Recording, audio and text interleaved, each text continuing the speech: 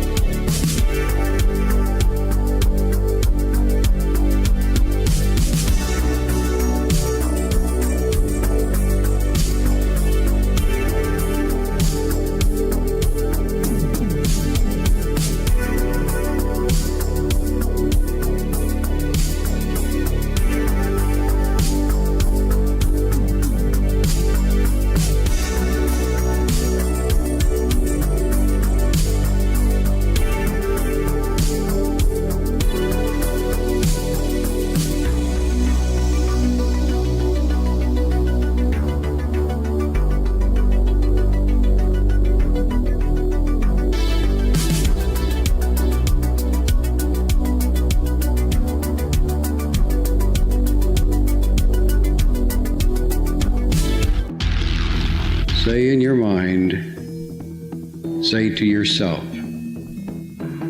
I am more than my physical body. Because I am more than physical matter, I can perceive that which is greater than the physical world.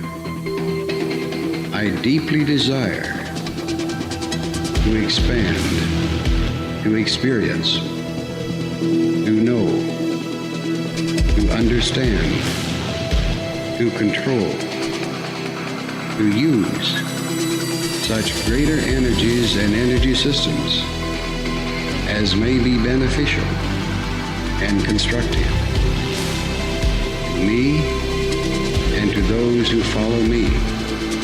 I deeply desire the help and cooperation, the assistance, the understanding of those individuals whose wisdom, development, and experience are equal to or greater than my own. I ask their guidance and protection from any influence or any source that might provide me with less than my stated desires. I do not know all the answers to the questions about reality. I do not claim to know the ultimate truth about time.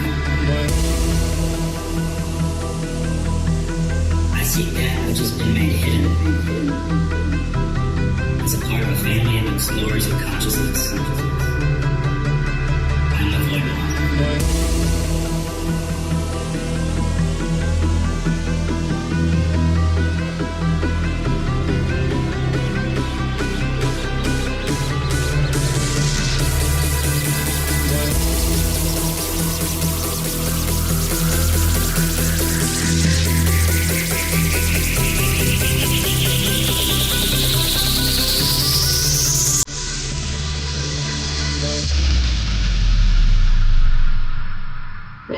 Welcome to Lighting the Void.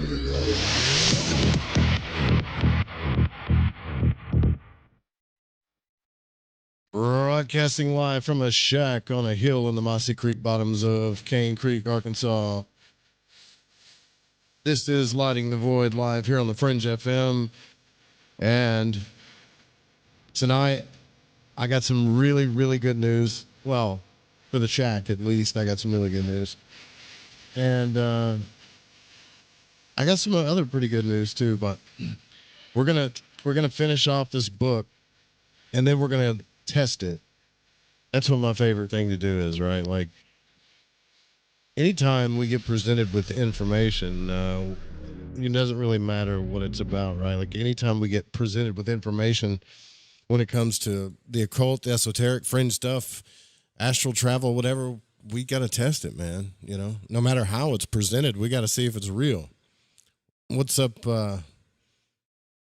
Howard? What's up, Domek and Gypsy Jenny? Thanks for coming to the chat. You can also call in tonight anytime you want at 501-777-5631. So I know for a fact, because of some of the feedback I got yesterday, that we offended some people. Or at least I did. I don't know why I'm saying we, but I did. Which means we're doing something good. Because I swear on everything, I didn't say anything I didn't mean. I checked it. I introspected it. So it usually means, like, if you should be like we should all be kind to each other for sure, but we don't have to agree on everything. And I don't know why some people get offended when they just hear stuff they don't agree with. But we're going to summarize this book, okay? And then I'm going to listen to some of my favorite or more well-known astral travelers, and we can listen to them together and see if they talk about any of this stuff, right? So, but first, the good news. I thought Blanche was dead, like, because when I went to the backyard, there was a big pile of chicken feathers everywhere. Just chicken feathers, like, it looked like an animal attack. Not only that, it was blood and chicken feathers. And then Blanche hadn't showed up for days. So I was pretty sure something grabbed her and just took her. Well, this morning, when we got up, she's back up on the rail. Just showed up out of nowhere, back up on the rail, begging for food again, right? And I'm thinking, where in the hell have you been? So I guess the other chicken died. But she's been spooked. Or like Domek said, either that or she's brooding. So she's been in the shop hiding.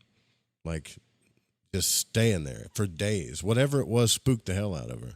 So Blanche isn't dead. I was wrong about that. Totally wrong. Couldn't be happier. So we've got the mascot back and Blanche is back. And I've put a bunch of shelves around her to kind of protect her because I think she's scared, you know. So this book that we read, by the way, I think one of the authors is still alive. I checked on it yesterday. And to be fair, we should have him on the show and have him talk about this stuff, right? So I'm going to try to do that and see what they say. Because it's one thing to just talk crap about somebody, right? Like you bring them on the show. Maybe I misunderstood some of this stuff, but we're going to go in summary.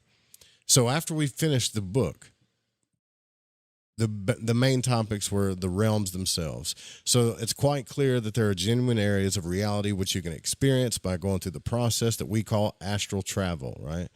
Now, what this process actually is may be in doubt, but statistically, there can be no doubt that a structured other world exists and that this other world can be experienced by people willing to train themselves to enter it. It is further clear that your physical body is left behind when your consciousness enters these realities. Okay, so we can agree on that one, right? That's something that we can agree on. Number 2, the guidance system. A logical methodology is enforced in the astral realms. Within its framework, teachers from higher levels of the system come down to help those who need guidance. The guidance system seems to be used both to help those who are searching and to teach those from upper levels by having them teach. Learning by teaching is, of course, a well-known technique universally employed on the mundane. That's something that I agree with in this book. There's guides that come down, not because I've experienced it, just at all. So I don't have that level of knowledge. I'm ignorant to that level of knowledge. I haven't experienced any astral guides coming down to me to talk to me. But the people that I trust in the field have. So I would say that's something that I agree with. And we're going to listen to some of the Explorers Project from the 70s and 80s again on this show tonight to see if any of this stuff kind of goes along with it. So melding. This is something that's a little different I've never heard of. A necessary part of the learning process is the surrender of individuality in which 3 small spirits meld into a larger entity, and individuality and ego are separate. They're suppressed. The new entity combines the learning of the 3 spirits that it contains, but during the melding process, many cultural and sexual biases seem to be eliminated. Never heard of this before. And all of the books and all of the astral travelers and everybody, whether it's been esoteric or scientific, whatever, never heard of this before, right? Still, we need to test it. Graduation. Moving up through the astral realms by disincarnate spirits is a process of learning and graduation. The most significant lessons to be learned in these graduations seem to be the virtues of selflessness and the relinquishing of individual biases and desires. Maybe. I'm going to put that one in the maybe category. All right. The space-time continuum. Man's inquiring mind has always been fascinated by the stars. In recent years, our understanding of those heavenly bodies has grown immeasurably. Remember, this was written in the 80s, right? So thus, traveling in the cosmic realm has been easier both to understand and to accomplish. The converse is true of the time domain. With our scientific outlook, it is more difficult to comprehend that time is merely a part of a reality construct and is not something fixed which we experience for a moment and then lose forever. That could be true. Definitely. Yeah, Howard, what's up, Jane? You're the second person that talked about Dragon Ball Z melding. Again, melding is this thing I've never heard of, right? So this is like the third person that said, I don't understand what that is. It's not even just 2 people melding together. It has to be like a sandwich, according to these people. Number 6, consensus realities exist in the astral realm. The higher your progress in the astral realms, the more variability comes into the setting. And many of the higher areas of the setting is changed by your least thought. So as you come back down from these levels, your thoughts can still make changes in the settings, but only when such thoughts are firmly held and you have an intense desire to make the change you want. You can feel the acceptance or rejection of your thoughts by groups or the group surrounding you in a lower cultural level when you wish to make a change in the area. Some researchers report that in the guidance level of the here and now, they can still make changes in the setting, but their ability ceases when they enter the here and now realm. The lower levels are thus the result of the group's thought patterns. So basically what she's talking about is a consensus reality in the astral realm. That's a real thing. So if you have a group of people that, I guess, people, spirits, entities, whatever you want to call them, they live in certain places in the astral realm, and they have all the same set of beliefs and laws, and it's kind of like cults in a way. And if you show up in this consensus reality and you don't really get along with it, or you're not on the same vibration, you get kicked out. Now, this too has been reported by the people that I trust in astral travel. Okay. Number 7, death and rebirth. An extension of the work that the Monroe Institute has been doing in the observation from the astral of births and deaths. Statistics are extremely fragmentary at present, but there are sufficient data to indicate that the guidance system of the astral extends back to the physical world. That is, spirits who are not ready to meld from the here and now guidance level have to return to inhabit another body and learn by this experience before they can progress. So again, this is these people saying that the real progress of spirit is melding with 2 other spirits. So if you get to a certain level on the astral realm, you don't want to release your ego or identity, and you're not ready to meld with 2 other beings, then you get sent back, right? I have to confirm this. Like, I don't know how we could confirm something like this anyways, but what I'm going to do is really listen to Monroe, really listen to Buellman and like Thomas Campbell and all these people, and see if any of what they're saying is true. Until I experience it myself, I don't know, though. All right, reincarnation. That's agreed across the board when it comes to like astral travel. All right, so the deity or God. Nothing we have learned in all astral work requires a deity or a God. To explain the source or the first cause, a deity is a desirable convenience. Many of the guides believe in an ultimate deity, but whether this is because of the earth plane training or through actual knowledge is very much open to conjecture. So nobody knows if there's really a God, even the astral travelers. They don't know. The further up the system the question was asked, the less definite became the answer. Other reality constructs based on the interchange of time, matter, and energy seemed at these high levels to be of equal weight and the concept of an ultimate deity. So the further up they traveled, these people traveled in the astral realm, the less specific, I guess, they got about God or whatever, right? Hell. The axiom that hell does not exist, well, we are sure soon to be listed under the observation axioms rather than finding itself here among the less provable concepts. So more than likely there's no hell. Are there lower, like, places in the astral realm where vibrations get lower, or there's consensus reality where people believe that they're in hell, or people that take their fears into the astral? Yeah, but as far as anybody finding a hell in the astral realm, other than a few reported near-death experience people, which they could have very well taken their consensus beliefs into that afterworld, for the most part, the open-minded have found no hell, you know. We think they're open-minded. All right, thought forms. In the lower astral realms, amorphous clouds of energy in various shapes drift around. The guides say quite definitely that these are thought forms, either negative energies that have not found a target or prayers to various deities. These thought forms do affect the realms. Sometimes they take on the shapes of strange monsters, and other times they seem to lighten the area around themselves. In all cases, they should be avoided, for they are real. That is, thoughts are real things. Well, I can verify the globs of energy because I've seen them, but were they thought forms? I don't know.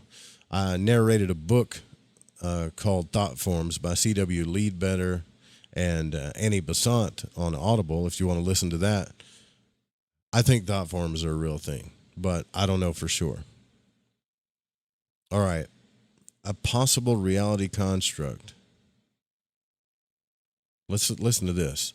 3 years ago, a special meeting of successful researchers was called by the Canterbury Institute. Some 48 people attended and spent a long time, sometimes acrimonious time, there, weekends in which they postulated a general reality construct. The following paragraphs are our own report on what they agreed to. We recognize that our report is biased by our own reality construct, and further, it should not for one moment be thought that all the ideas were held by all the researchers. The discussion was, as we have said, acrimonious. Discussions of spiritual matters were no holds barred, tends to be this way. Yeah, spiritual talks go all over the place sometimes, that's for sure. Spiritual matters discussed within the framework of dogma are, of course, devoid of interest. But the hypothesis is forever growing and developing. So much more unbiased research information is needed. See, so when they get down to the end of this book, like, it gets kind of interesting because they start getting back into like the hypothesis of things, right? And they have like this kind of construct that they're all talking about, which I think would be interesting. Maybe I can like pull a window image up and see if you could see it. Hope so. Don't know. Okay, let's try it. All right, let's take this off. And this is what some people are saying that the reality construct is, according to all of their talks, I guess, which is going to be weird. We're going to test this in a minute, though, right? Fit to screen. There we go. So we're going to test this in a minute. So if you see this, let me zoom in so everybody can see it. If you're listening on the radio, you're just going to have to imagine it. So a young spirit comes into reality, right? And they grow, they assimilate knowledge, and they grow. They go to boarding school, I guess is what the earth plane is like the place that you grow. But your real spiritual home is complex. I don't know why they have this like ladder thing here, though. And it's going in and out of this ladder. No idea. Here's the growth theory. A very neat and workable hypothesis was formed as to the meaning of life and the reason that life is ever more complex. What is this? A minute energy package comes down to the earth plane from the source and inhabits a shell. Through the reincarnation process, the energy package grows and expands eventually. It rejoins the source, thereby increasing the size of the source. Since the source is pure energy, the energy packages that rejoin it must also be pure energy. That is to say, they must be of the same high frequency as the source and cleansed of any negative energies. And this kind of looks like a kid drew this, but I get what they're saying. So you got like I don't know what this is. What is this at the bottom? Is this like a plankton? Then you got an animal, and then you got human, then you got man and woman, and then I guess you just grow until you get cleansed of all this, whatever this invisible barrier is. Whatever. It was agreed that there is much confusion on the nature of source and its confusion with deity. We already talked about that. So prayers, the abundance of loose thought form packages in the lower levels of the astral caused much concern among the people, or conferees, I guess. It was agreed that a general principle, they were the result of prayer or directed thought forms. So the realities are, you have a personal reality. This is constructed by your own spirit, making your own invisible thought forms. You have a consensus reality, which is like a group of people that make up their own realities in the astral realm. And then you have a general reality. This is actually the perception of a consensus reality by an individual entity. This reality is that reality that everybody sees. It's relatively fixed because it has been formed over aeons of times by millions upon millions of spirits, some of which are no longer present. Yeah, and then we don't have to talk about zonal time. We already talked about good and evil. All right. The 10 Commandments, no need to go into that. So they finished the book by, there is a place to start. That is where you are. There is a time to start. That's now. It exists. So explore it. And then they got like a questionnaire at the end. Cool. So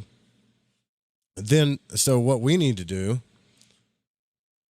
I want to listen to anything that has anything to do with this melding process.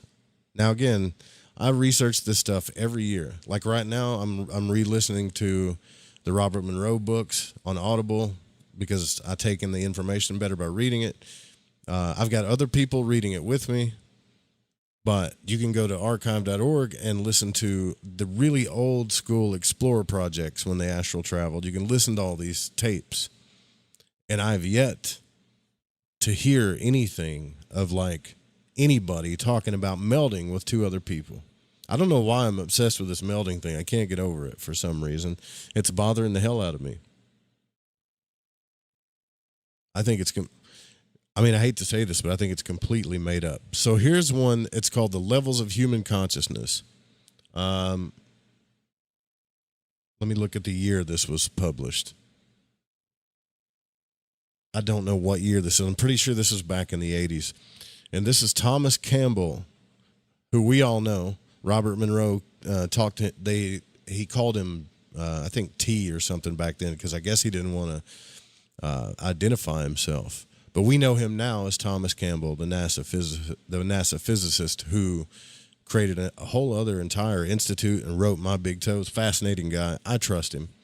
But here is an interview of Robert Monroe and Thomas Campbell talking to each other about the levels of human consciousness. And what I'm going to do while we're listening to this is we can comment on it. You can call in. We're really looking for, like, is anybody talking about melding, right? Because if that's a real thing, then I think these entities would have told Thomas Campbell it was a real thing, right? So let me back this up and see if I can get this started here. An effect that had happened to me before that I had neglected to note, and that is a accelerating feeling backwards. Backwards being like to the back of, well... This is Robert Monroe with another tape report from our Explorer files. And TC is the reporter in this case, with excerpts from several sessions. TC is the explorer who is unable to communicate while in the out-of-body state.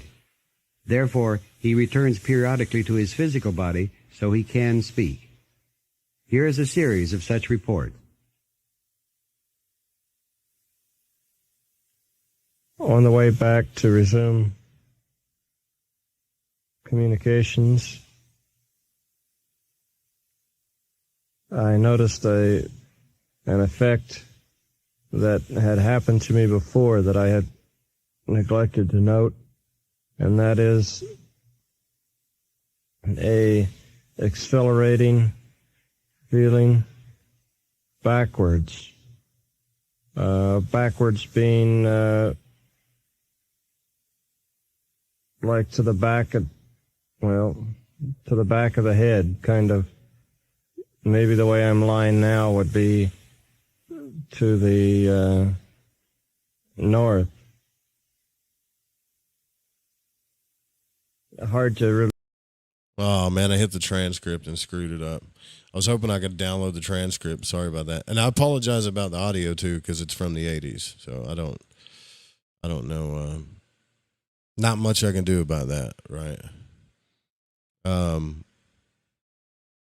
It's hard. There's so many of these. Like, I've been listening to these for days and days and days trying to get, and some of them won't play, and I don't know why, but like trying to get just anything that has to do with what these people are talking about when it comes to melding. And let me see if I can fix it. This is Robert Monroe speaking. The following is made up of material taken directly from the voice tracks of Explorer sessions held here at our research facility. We offer them without our evaluation or comment, so that you can learn from them as we did, and form your own interpretation or analysis of what took place. The Explorer is lying in total darkness on a waterbed in our experimental isolation booth number 2. The booth itself is well shielded from RF radiation and is temperature controlled and also totally soundproof. The only signal our explorer can receive is the audio pattern through a set of stereo headphones. We record out of the booth her oral responses and her body voltages. That's it. Why does it not want to play this one? Or maybe it'll play it in a second. I'm trying to play the one where it has Thomas Campbell on here because I trust what Thomas Campbell says because he goes out of body. Like, I don't see how some people can communicate with spirits while they're out of body and talk to Robert Monroe. Like, this is Robert Monroe with another tape report from our Explorer files. And TC is the reporter in this case, with excerpts from several sessions. TC is the explorer who is unable to communicate while in the out-of-body state. Therefore, he returns periodically to his physical body so he can speak. Here is a series of such reports. On the way back to resume communications, I noticed an effect that had happened to me before that I had neglected to note, and that is a accelerating feeling backwards. Backwards being like to the back of, to the back of the head, kind of. Maybe the way I'm lying now would be to the north. Hard to really put a direction on it. Just general, the word backwards seems to fit. And an acceleration seemed to be moving very, very fast, even experiencing like a G-force during the acceleration. That same phenomena occurred just before the judge courtroom scene disappeared and the intelligences that were behind that seemed to emerge.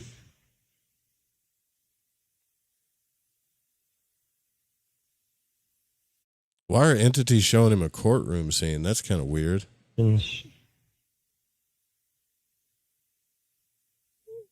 Indicated only very vaguely what it was that they had in mind.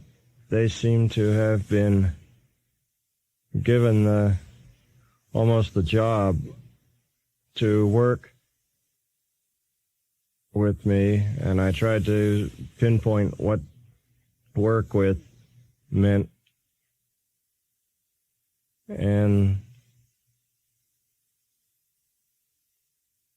they really wouldn't be very specific, but it's just work with in general, part of which would be with my ability to manifest myself in their reality and communicate with them.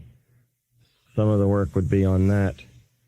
They gave me the visual image of my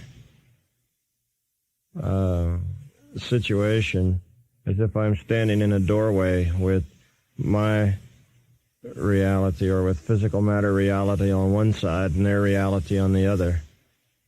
And they would help me to walk on through that doorway rather than stand sort of between the two.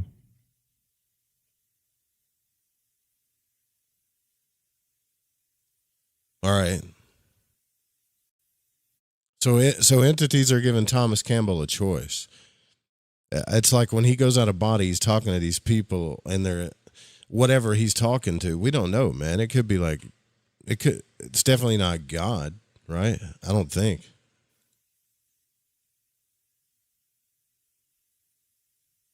Oh yes, they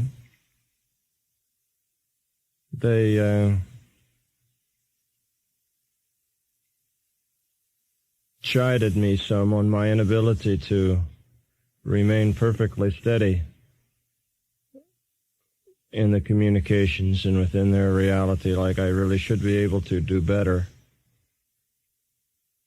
And secondly, they seemed somewhat amused at the success or at the ease of success that they had in luring me to them. All right, so what does this verify? This verifies that the Canterbury Institute and other people that talk about astral realms, when they talk about guides that come into the realms and try to teach us things, sounds legit if you trust Thomas Campbell. So they're right about that. They seem not really to want to go much further than that, which made me a little suspect of whether or not they really would continue as promised. But they assured me that they would. I don't really know whether I believe them or not. I guess we'll see. End of report. Making the transition to and from. All right, so he's going to go out of body again and then come back. Moving out in the 3 o'clock direction to your right, as you remember, and move along the line and see what contact and communication you approach. Robert Monroe is actually telling him to leave his body in the 3 o'clock projection. Contact, communication, come back and report. Okay.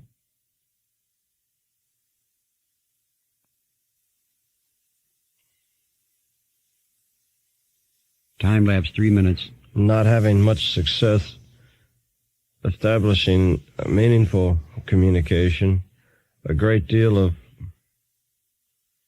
of not very meaningful things have happened. Upon going out to the right, as suggested, I went by the same space as described earlier with the Virginia-type countryside, went right on by, further out, and kept going, and got to a place where there seemed like there were two big, roundish, almost like big boulders, and they were kind of grayish-white with black dots on them.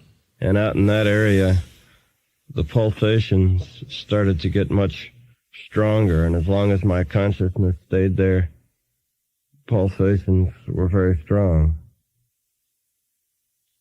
No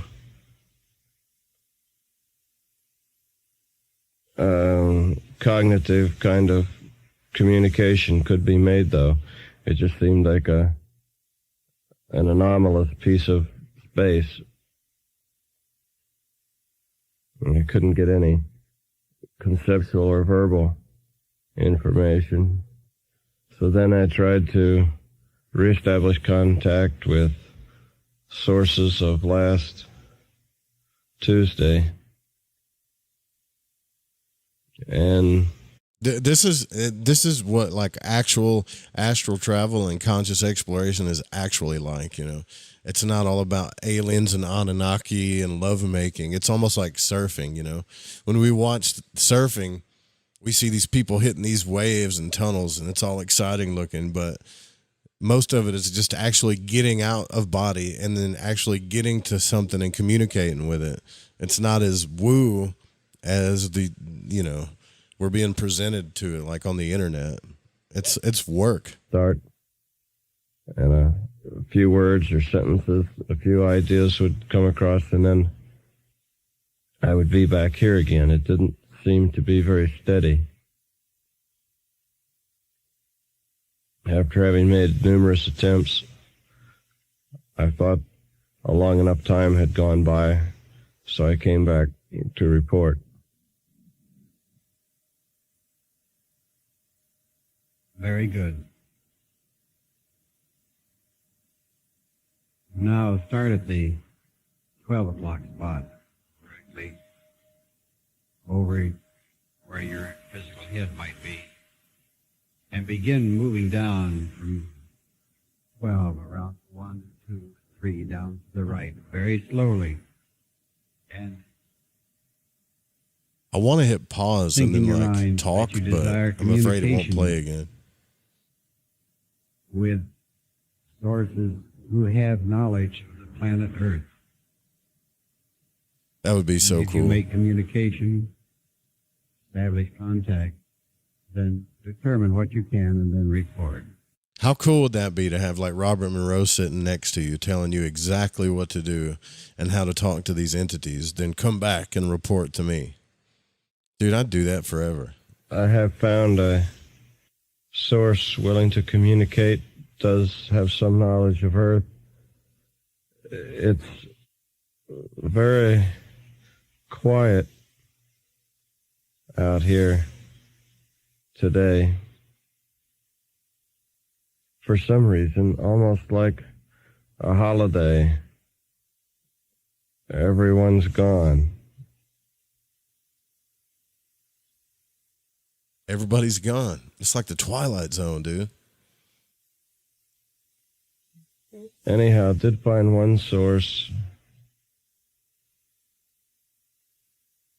and I asked him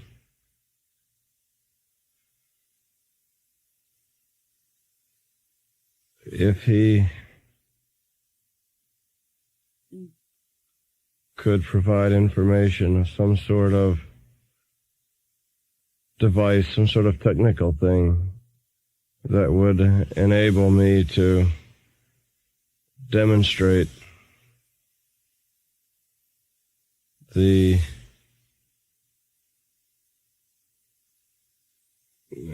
efficacy of such communication.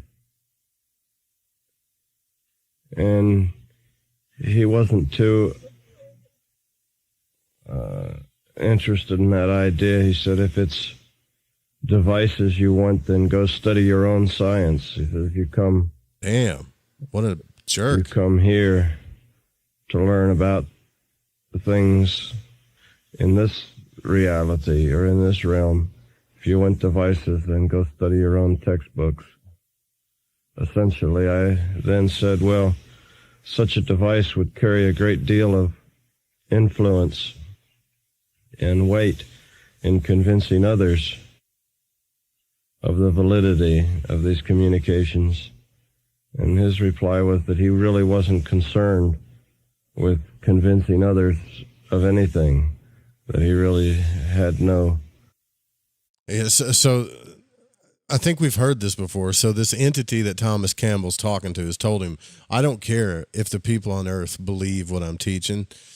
And Thomas Campbell's telling him, well, it would really mean a great deal to us, you know. And this entity, whatever he's talking to, is like, I don't care. Like, step it up, talk to me, or leave. Not only that, it's like the only one that he was able to talk to, too.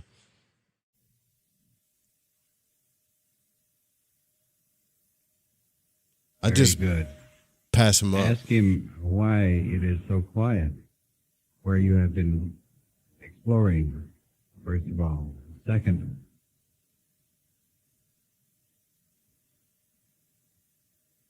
Robert Monroe wants to know, why is it so quiet there? been in physical existence on the planet Earth. If not, what is his source? What is his origin? Third, ask them the fundamental laws and rules that exist in his reality, and what are those laws and rules. Try those three and then report. Time lapse, 3 minutes, 22 seconds. I was not able to reestablish contact with that particular entity. Figures. He dipped on him. Just got ghosted by a ghost. Which was very unusual, although I had somewhat of a feeling that there may be a difficulty when I left. I've been experiencing other things. Black line almost seems to be going back and forth in front of my vision. It was for a while. My body would sometimes be upside down, sometimes standing on my head. It would lose all sense of physical orientation. Other things like that have been going on from time to time. I seemed to run into another source or two while I was out there and tried to take advantage of the same three questions, but nothing really very meaningful. Poor Thomas Campbell. Seems like the astral realm is no place for like the lighthearted, right? You got all these entities out here that just want to treat you like crap. Sounds like they're gaslighting them, you know? Egotistical entities. And I'd say, yes, why am I having so much trouble establishing any kind of communication? You're having trouble. You know, so I just couldn't seem to get any satisfaction. And then I'd say, well, do you know of the earth? Yes, I've heard of it. And I'd say, well, are you from the earth? No. I'd say, well, what, you know, where are you from? He says, oh, just here. What do you do? You know, I'm just here. I almost got the impression that this entity just kind of floats around, bumping into other intelligences occasionally and holding some communication now and then, but mostly just kind of floats around doing mostly nothing. And like that's just an example of what I mean when I say a not very interesting communication. So I pretty well just ignore that and go on to something else. And that's been the nature of all the communications.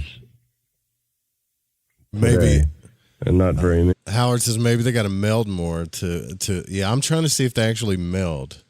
And Thomas Campbell's, like I said, it's like going surfing, right? You think you're going to catch a wave, but you can barely swim on the board, you know? And none of these cats want to talk to him. So he's in the twilight zone when he goes out of body, and he's meeting these entities, and they're like, yeah, well, I whatever. I just float around, and then if you're not prepared to know what I know, then F off. It's crazy, man. It's different than expanding in mental space. The main difference being an object with which you have reference to, in this case, the earth. I tried expanding two different ways. First couple of times, I expanded one-dimensionally, that is, along a line in a particular direction, like backing away from the earth, like growing larger and larger, but leaving and expanding away from the earth in a direction along a line, along a radial from the earth. I did this several times. First time, as I got further and further away, and the earth tended to disappear among other heavenly bodies. First the solar system and then the sun and so on would tend to get smaller. I felt a gut reaction to keep track of myself, where I was, in case I would get lost and not be able to find my way back. But realizing that that was kind of silly, that I would always be where I am, I did this a couple of more times, trying not to have that reaction of worrying about getting lost, and did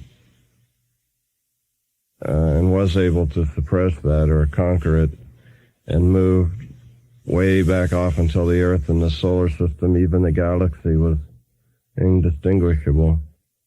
it seems the compressing, the returning, the shrinking is a faster process than the backing up. It almost goes automatically, like you just relax the will to expand and you just kind of get reeled right on in, like letting go of a wind-up vacuum cleaner cord. It just pulls you right in. The second way of expanding was more interesting for what it did to the mind, and that was to expand two-dimensionally. That is, instead of expanding along a line, expand as a surface, a spherical surface, if you like, expanding away from the Earth being at the center of the sphere, and the spherical, concentric spherical surface expanding in all directions at the same time away from the Earth being the center or the origin, and expanding spherically in all directions away from the Earth's center was somehow just a more interesting experience.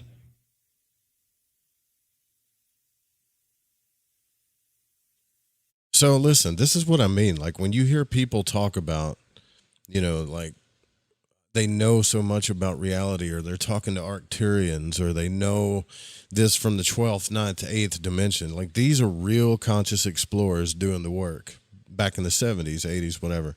And this is the stuff they go through. Like this is real void walking, man.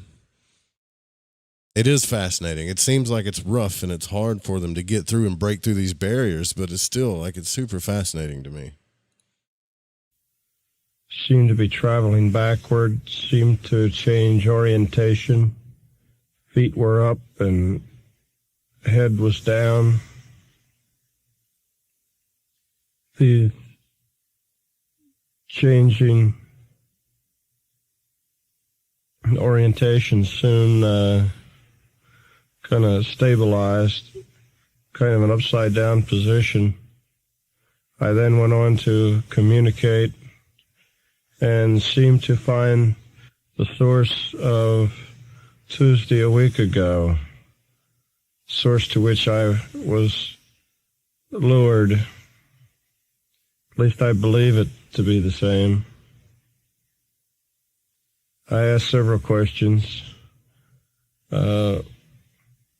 Strangely enough, whenever I asked why it was so silent last Tuesday, I just draw a blank. It's not really a blank like I don't know. It's more of a blank like I'm not telling.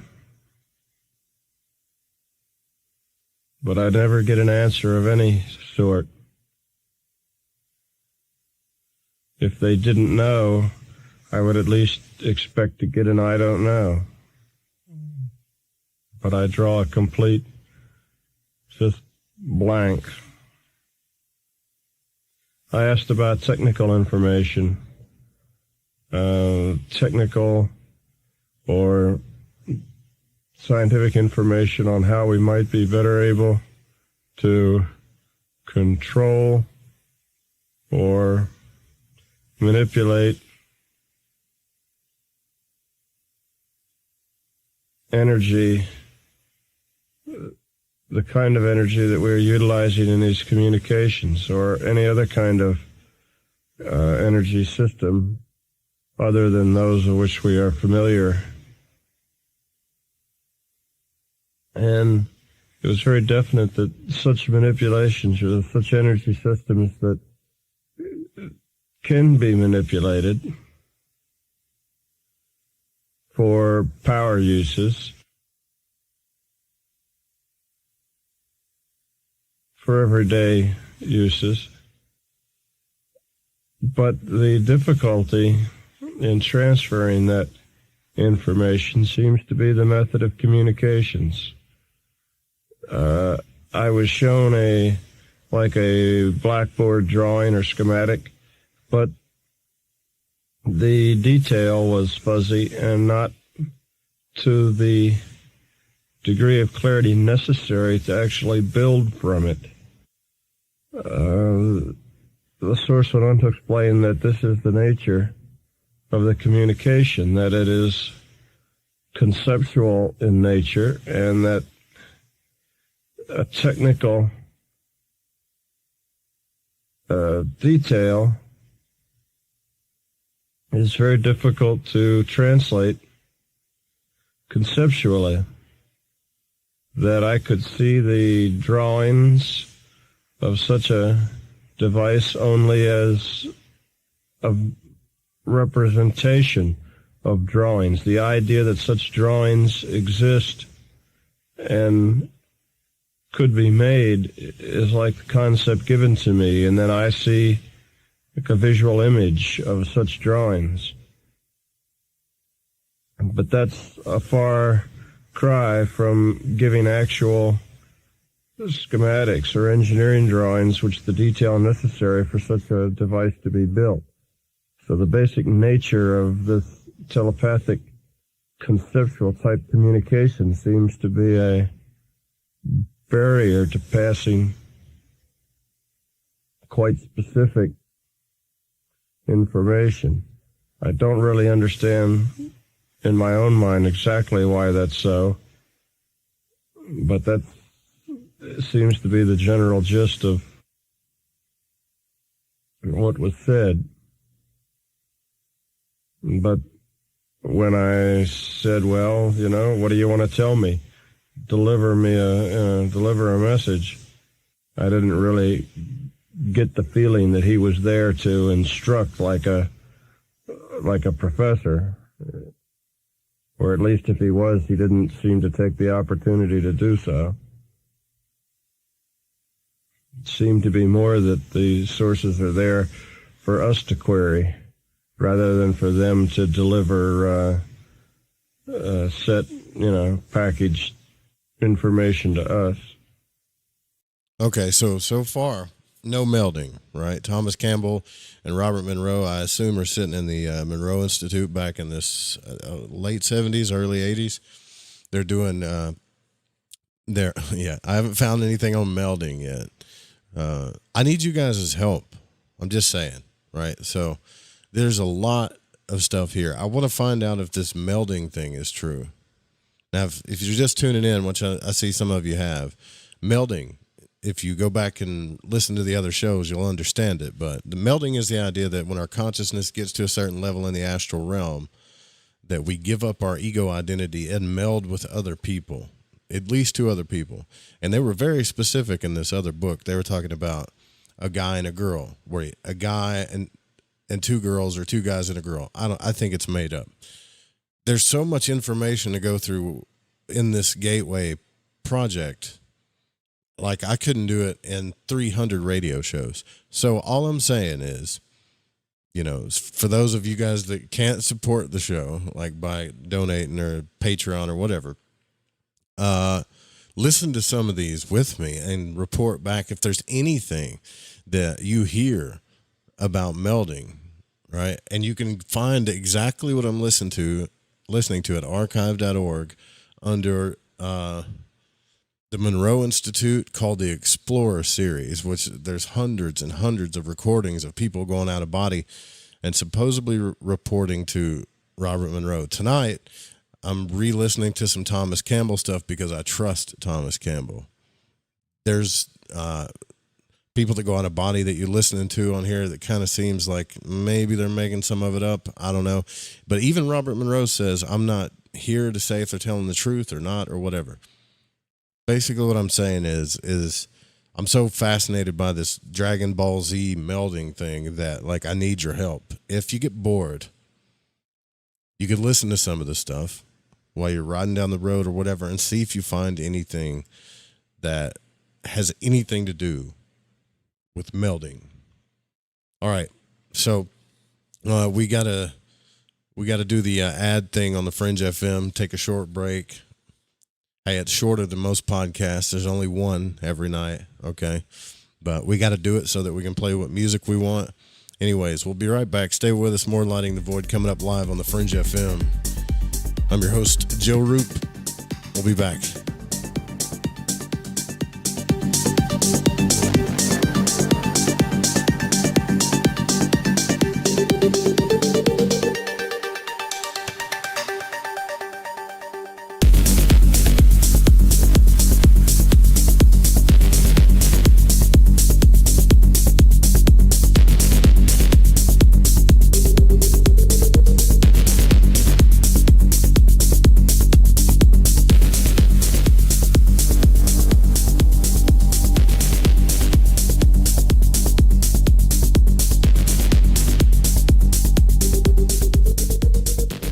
Listening to Lighting the Void Radio.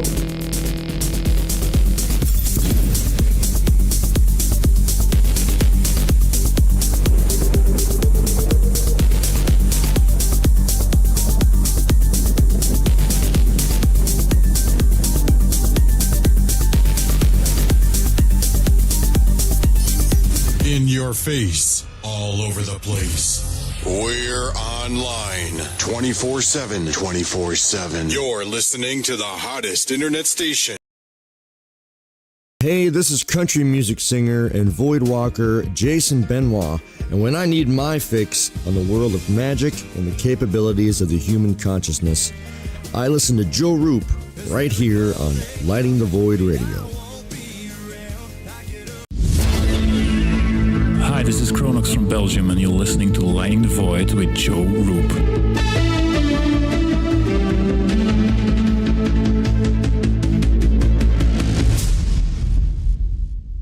So, you love talk radio? Then you'll love TalkStreamLive.com. TalkStream Live is always on, 24/7, with the best streaming talk shows. Find your favorite talkers and discover some new ones. It's free, readily available online or on mobile with any smartphone or tablet. Finding your favorite talk shows all in one place has gotten a whole lot easier. Just go to TalkStreamLive.com. Be sure to download the free apps from Google Play or the iTunes App Store.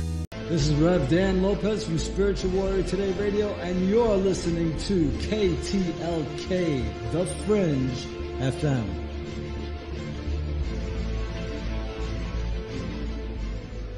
Have you ever wondered, what do the stars say for me? Or, will the next month or the next year be more favorable?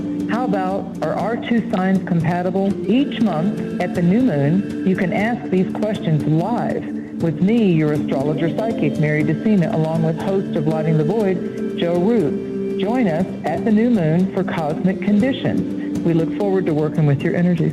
Every new moon at 7 p.m. Pacific, 10 p.m. Eastern, right here on Fringe FM. Hey, Dad, your prescription will be ready in just a minute.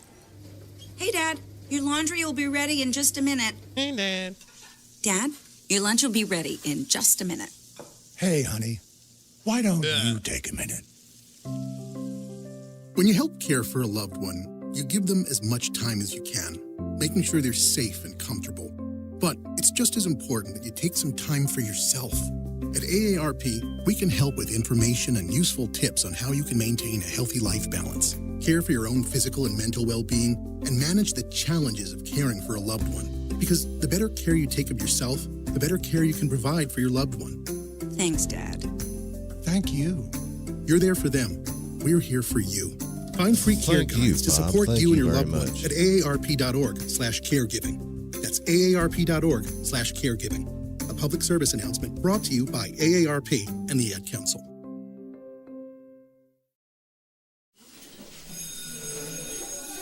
All right, class.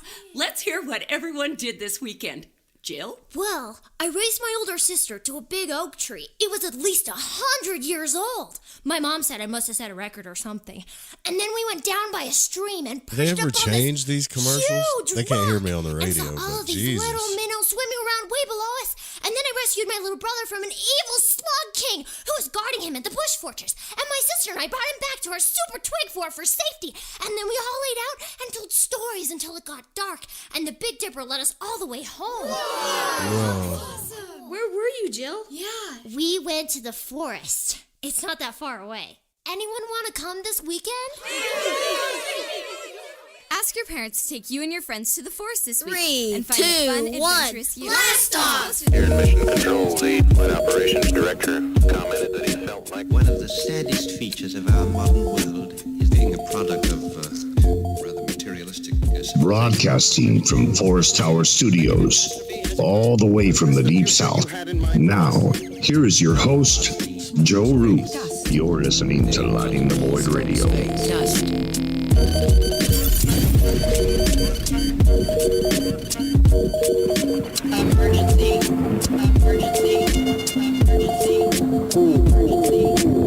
one guy came in with a bag of space dust. We were all shocked and amazed, but everybody wanted to try it.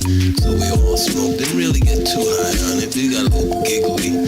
And then from there, we just kept smoking. We just kept. It's secure. It is believed by many to be the substance responsible for... All right, welcome back to Lighting the Void Radio. What's up, Sudi? Sudi says, we can hear you during the radio. As long as it's not going over the radio, I don't think it matters. And if I get in trouble for that, I'll let you know. But I don't think the people that are making me run these commercials like follow my YouTube channel, so I don't hear. I just wish they would, like, there's that one commercial. I wish that we've been running the same ones for like a month, you know? And I don't mind running commercials if it lets me play whatever music I want, but man, at least switch them up, you know what I mean? Like, switch the some bitches up a little bit, right? So whatever. Anyways, we got to get back at it, right? Like, because they can hear me now. I don't think they're listening though, but we're listening to, what we're trying to do is find, if you're just tuning in here live on the Fringe FM, I forgot to say the date. So for the recording, it is August the 7th, 2024. It's late night, damn it. So what we're doing now is trying to figure out if this melding thing is true from the book that we just read. If you've been listening to the past shows, there's been some pretty extravagant stuff in that book, although some stuff that's real about astral travel and the out-of-body experience. The way that we're researching this on the show is by listening to the Explorers Project from back in the 70s and 80s. This is not the same thing as like the Government Gateway Project. This is a whole separate project that the Monroe Institute did called the Explorers Project, where they just, I guess Monroe sat people down and they all went out of body and they reported back. Now, this isn't as interesting as watching a 30-minute or an hour documentary about Anunnaki or aliens. I wish I could do that for you, and maybe one day I will. But this is real. That's the thing. And I feel like Thomas Campbell is just having, like, I relate this to surfing, you know, because I always wanted to surf and always wanted to go out of body, right? Or I always wanted to surf. But when you get out there, just swimming is hard enough on the board because you got to press the board down with your hips. You got to thrust into the board and then, like, hold it perfectly still and then fight against the waves. Get through the waves, turn the board around, find the perfect wave, and then catch it. And it sounds to me like Thomas Campbell is doing the same thing here when he's going out of body. He's just trying to find somebody to talk to. And so far, it's been pretty eerie. So he gets out of body. He comes back and reports back to Robert Monroe. And so far, he's ran into a bunch of jerks that don't want to talk to him. And then just one dude that's randomly floating around. And he's like, hey, I'm just trying to learn something from you. What are you doing here? And the guy's like, I'm just floating around, you know. This is real conscious exploration, by the way. Yeah? It's not the Disney stuff that we're used to watching. It's still very fascinating, though. There hasn't been any melding yet, Sudi. That's what we're looking for. Did any of the OG astral travelers report melding? Haven't found it yet. You know, working on it. See if it'll pick up where it left off. I can't hear Robert. What's he saying? Over what the planet Earth. So Robert Monroe's asking him ask these entities anything if they know anything about planet Earth or whatever. 12 years.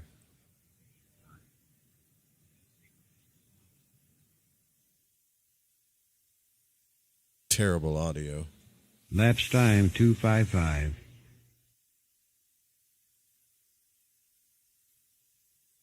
recontacted the source and asked the source about his vantage point or his perspective. And asked him if he were familiar with Earth, and his reply was, yes, that's my territory. I got the idea that, Earth and was sort of his assigned beat. Also got the idea that he and other entities, other intelligences, are made available to us to help us maximize or get through our Earth experience. I don't mean get through like get it over with. I just mean to help us get as much out of it as possible. They're there like as explainers or helpers and are particularly assigned to like Earth duty.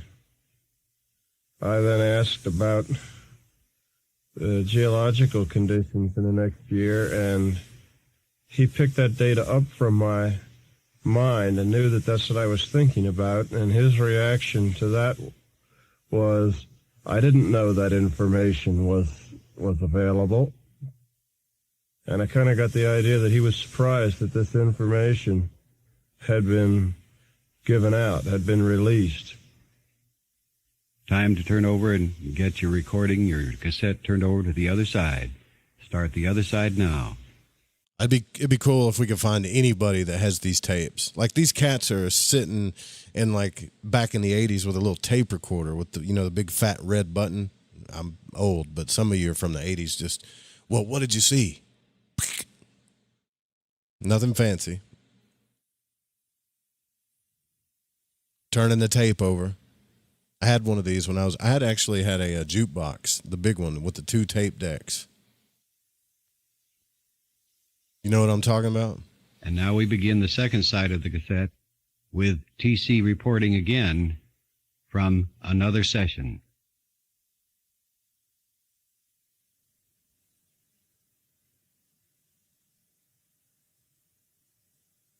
This seems to be my night for jumping off of buildings.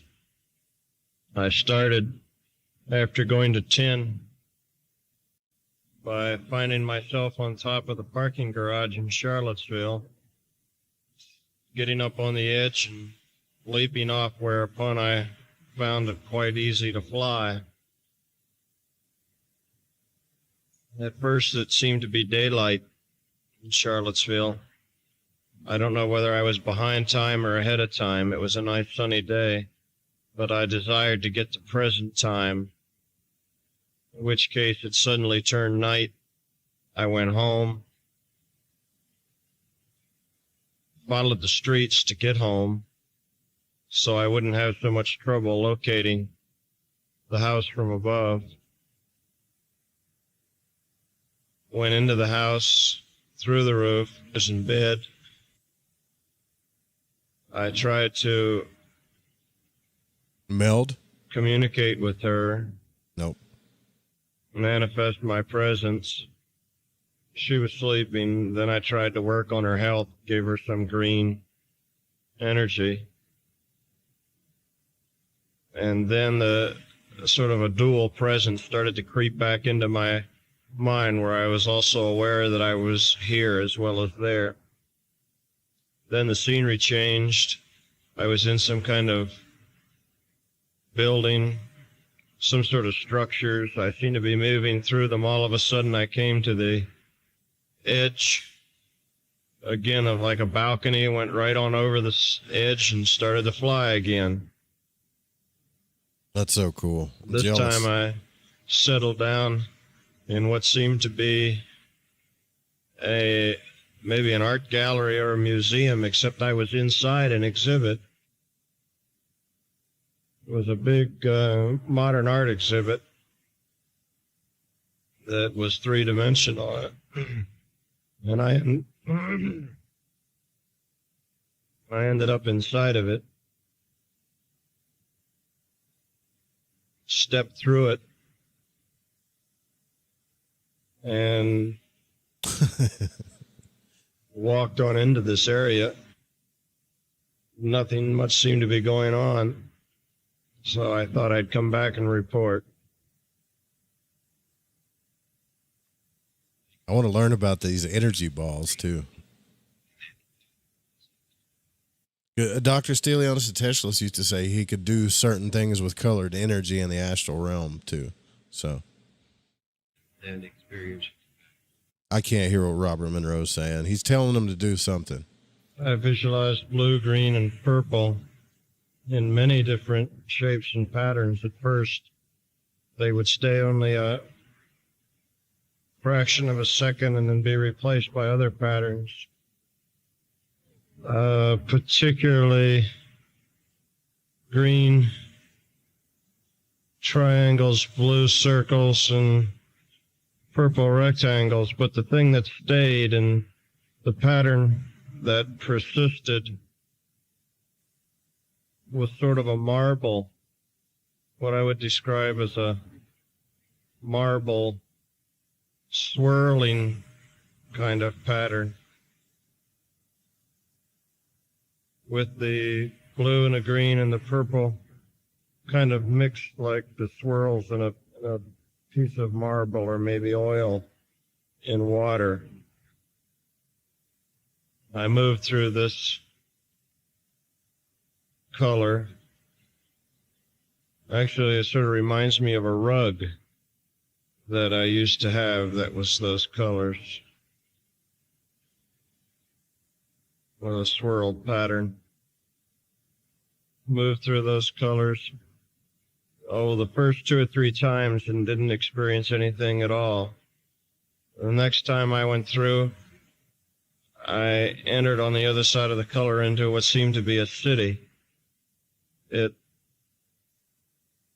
was a very large rectangular city. After thinking about it for a while, how I might describe it, I thought that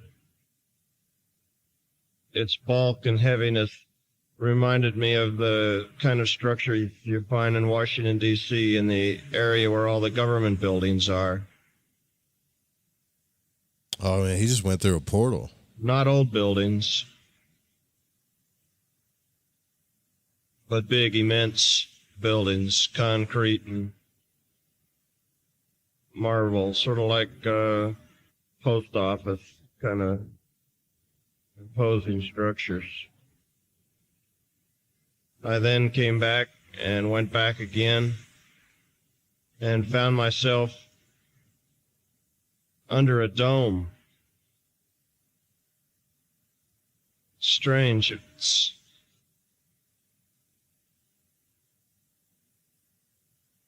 like a huge dome-shaped thing with a cylindrical floor and a big dome over it, and I was in the center, almost like sort of like the rotunda, except smoother. Came back through the color again and went back once more and was back in the city again. And then the next trip through was back in the dome. And then decided to report. End of report. I would have stayed there before I decided to come back and report.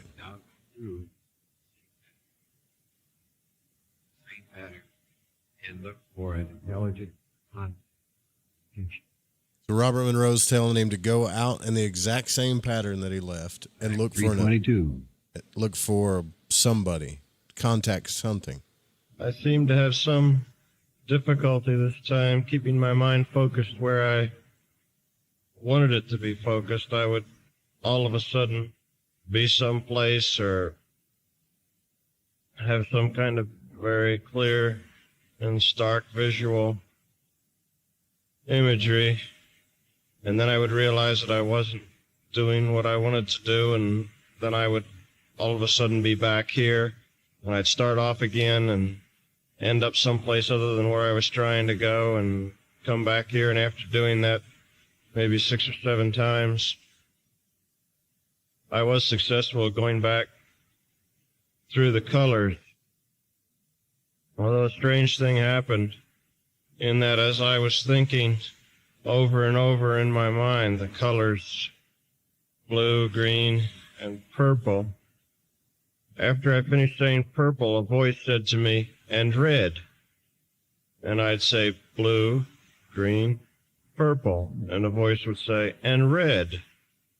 Blue, green, so purple, red got added to my list of colors.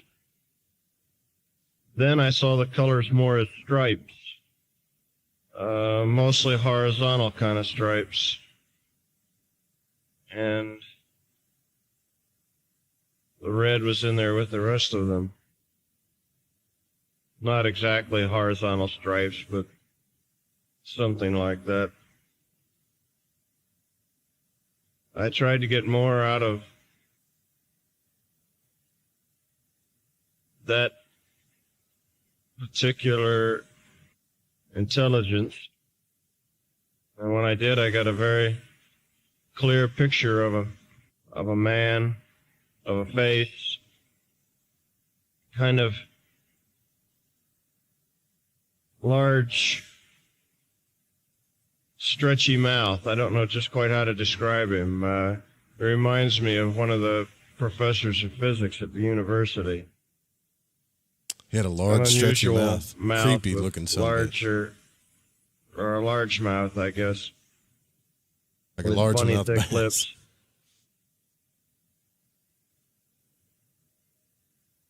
But I didn't seem to be able to get much conversation going. I kind of had the feeling that it would have been very helpful for me to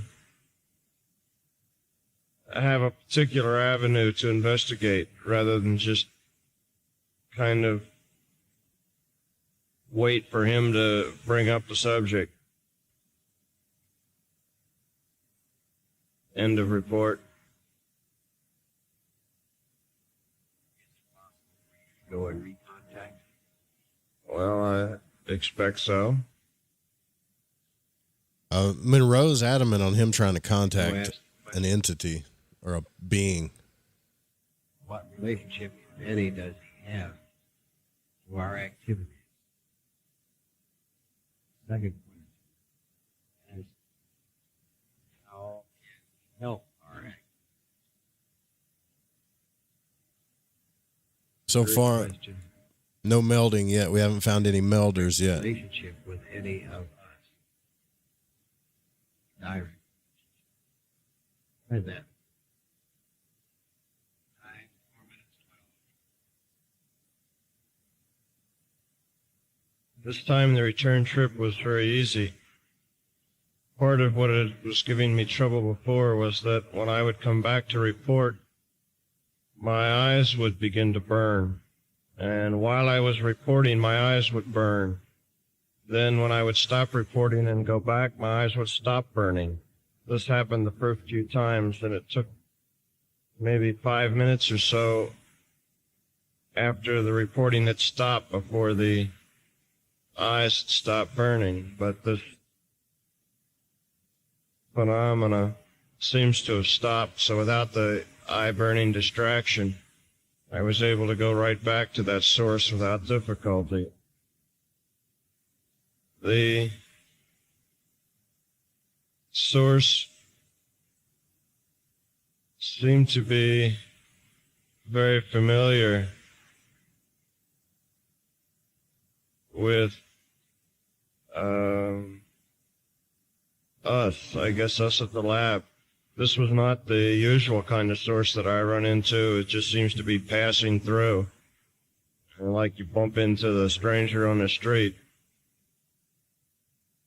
In the very beginning, as you were still asking the questions, the contact was being made.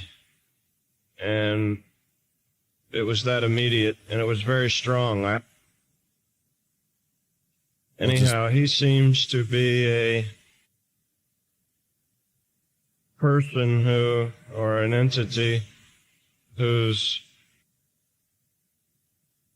ordinary work or job is helping people, helping human beings. And he does this he performs this by working with the human subconscious. He works on a subconscious level with people. I'm not sure exactly what he does, but I kind of had the idea that he would maybe impart suggestions, get people's subconscious working towards solutions to problems, but it was always on a subconscious level. And he has taken on this work with us at the lab. Now, the reason I'm faltering here is because I have a very strong sensation of being on two levels at the same time. Like my body is above myself and below myself at the same time, and it's such a strange sensation that it's kind of hard to ignore it. I can't even explain it very well, but a very weird spatial thing. Anyhow, he seems to have taken us on like as a side project, sort of a pet project of his to see if he couldn't aid in the development of consciousness awareness. It's sort of like this is a special project for him to help us become more aware of our consciousness and the nature of our consciousness.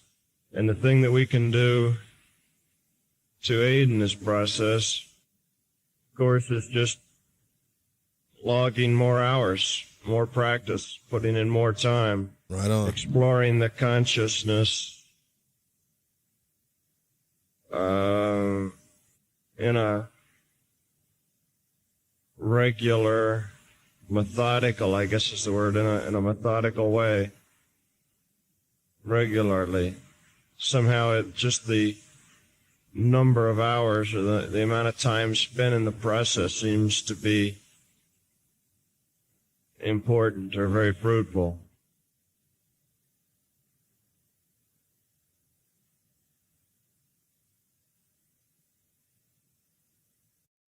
Even so, the entity is telling Thomas Campbell, we need to void walk more. We need to explore consciousness practically and keep an open mind more. And I agree. I think that will advance our civilization way beyond technology, science, whatever they're doing now. I can't hear Monroe, though. Human visible light. And they're just at various levels of human existence here. Physical life, and immediately thereafter, numbers by numbers. I think he's trying to get Thomas to ask the entity something about physical life and how many of them there are, or something like that.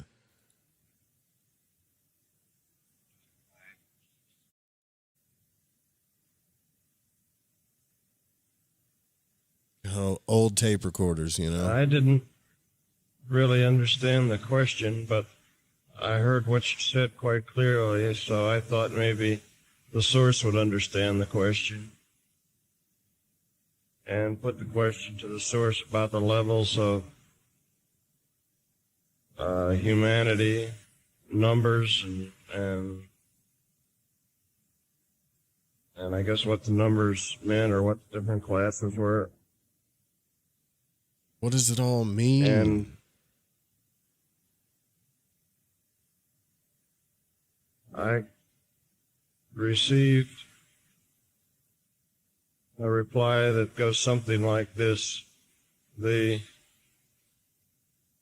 levels seem to relate to the extent the person is aware of the nature of their consciousness. First level would be those that are unconscious of their consciousness. See if he gets to melding. These would, well, I guess we would almost tend to think of them as primitive type people, although not necessarily primitive in a cultural sense. The dead, the people that are asleep. A person who was mainly instinctual, acted on gut reaction. The second level would be a person who was aware of their subconscious. Maybe I should say unconsciously aware of the subconscious. That makes sense.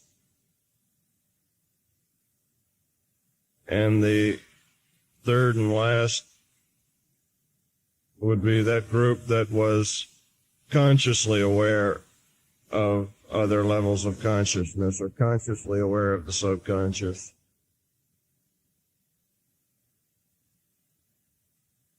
I want to meet all of those And there people. are all, of course, gradations in between. There's really an infinite number of levels, since it's a continuum between these three. The three just being stereotypes. As far as immediately after death, source seemed to indicate something that was a little surprising to me. I had always had the impression that from Seth, that after death, joining the over entity, a person sort of regains a great deal more wisdom and vision than they had had when on Earth. But this source seemed to indicate that that wasn't true, that the person in the first class, one of the class of ignorance about their own consciousness or unawareness of their consciousness, really maintained their individual personality and therefore could only be given just the rudiments of what was going on. They would only vaguely grasp the nature of existence before they would go back into another incarnation, and so on up the line with the other classes. The one that was vague, that was more aware, would then be also more aware after death of what was going on and of the nature of existence and the nature of the learning process taking place on Earth. And the one that was most conscious, of course, would be the most aware after death. So it seemed like you carried over your level of awareness after death that you had before death. At least that was the answer I got. Another thing was that as soon as I went back and reestablished contact, I was reminded that there was something that I should have reported last time that I didn't. And that is, when asked what we could do besides telling me that logging more hours was helpful, he said the idea of the color pattern was very helpful, and that when we visualized the purple and blue and green, and by the way, my purple, blue, and green is still like swirls in marble, but it has a red border around it. Anyway, that this was like a signal to him that we were making an effort to affect communications. And it wasn't like there was anything particularly magic about those particular colors, other than it was just a good signal that he would notice and somehow our thinking the colors was very noticeable to him, and he could be aware of our projecting the thoughts of those colors and then come establish the contact. So he thought that the color pattern as a flag for communications was very useful. I forgot to say that last time. Colors and shapes are better than words. Anyway, another interesting thing was that his form changed this time. Although the thick lips remained, all of a sudden, right very close to me, in front of me, was this huge figure, almost like a Polynesian totem-type idol. Very large figure with, again, the thick lips.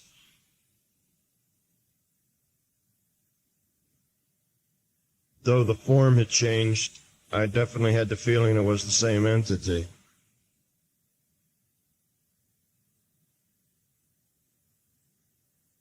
It's morphing, dude. Not melding, but morphing. End of report.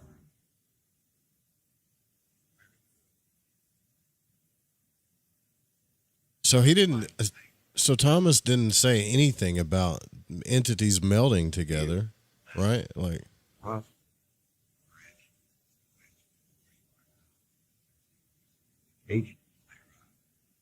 I can't hear Robert Monroe. I don't know what he's saying. For this story, speak directly to me, through you.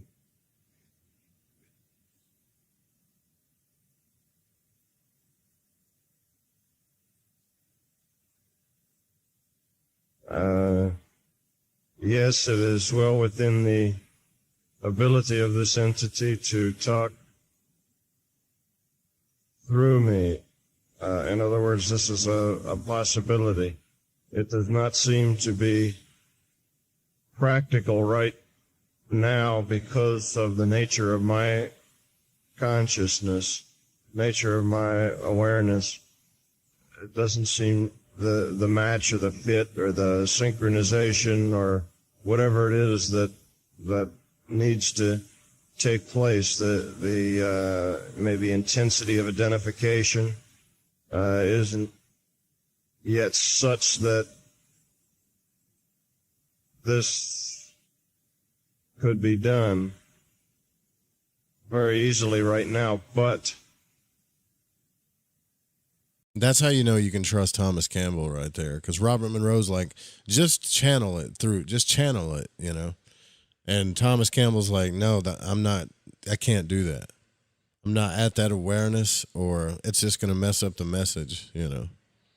Most people would just be like, sure, I'll channel, you know, and they'll start just mouthing stuff, right? But he, you know, at least he's admitting that's not going to help. It could be developed. Could be developed, though. With further communications, it should be no trouble in developing this capacity.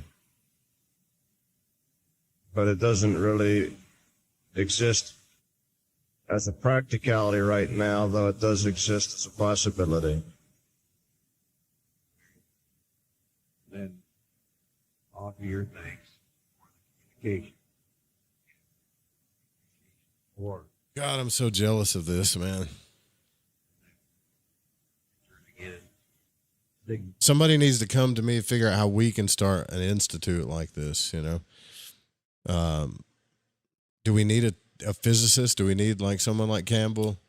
We need a philanthropist. We need something where we can take like 4 or 5 people that are really down for this and just explore stuff consciously.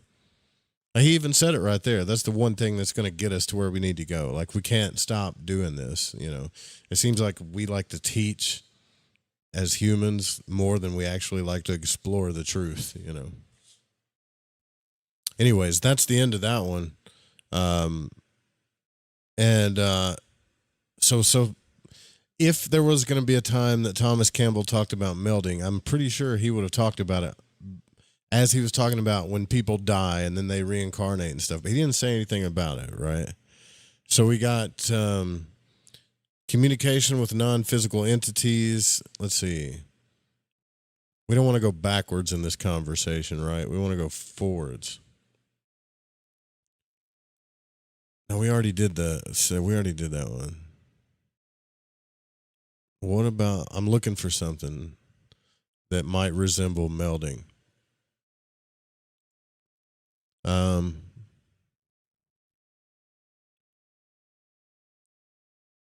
Let's see.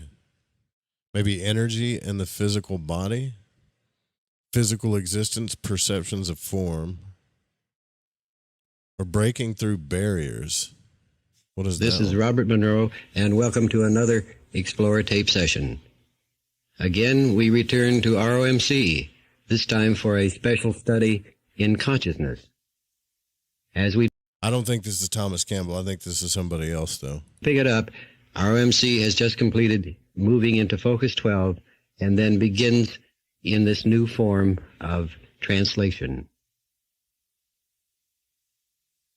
I just very gently sort of floated up to my platform and got very relaxed on my platform, but all of a sudden I saw myself on my platform in a different kind of a position. It's like I had some kind of earphones on, and it's like I connected by a light beam. It's like some energy earphones, and it's like I had a kind of a typewriter too. It's sort of a comical sight, but I just saw myself like I'm taking some dictation. And this beam that's connected to my earphones is a light beam that is just a connection between an aspect of myself and another energy level where I would just receive some dictation. And I could hear some words start. And I guess it's like I'm going to just be taking down this dictation. And I'll see what's being dictated to me. I'll hear what's being dictated, I guess. So she's going to channel. It's like sometimes I do this automatic typing where I just sit down and take dictation, but it's like I see myself, I'm typing, and the words are coming as I'm typing, and I can see it. It's okay. I'll just have to. I always find myself resisting it a little bit, but I got to let the energy flow and just let it go. Okay, it's coming in a typing rhythm. It's sort of interesting.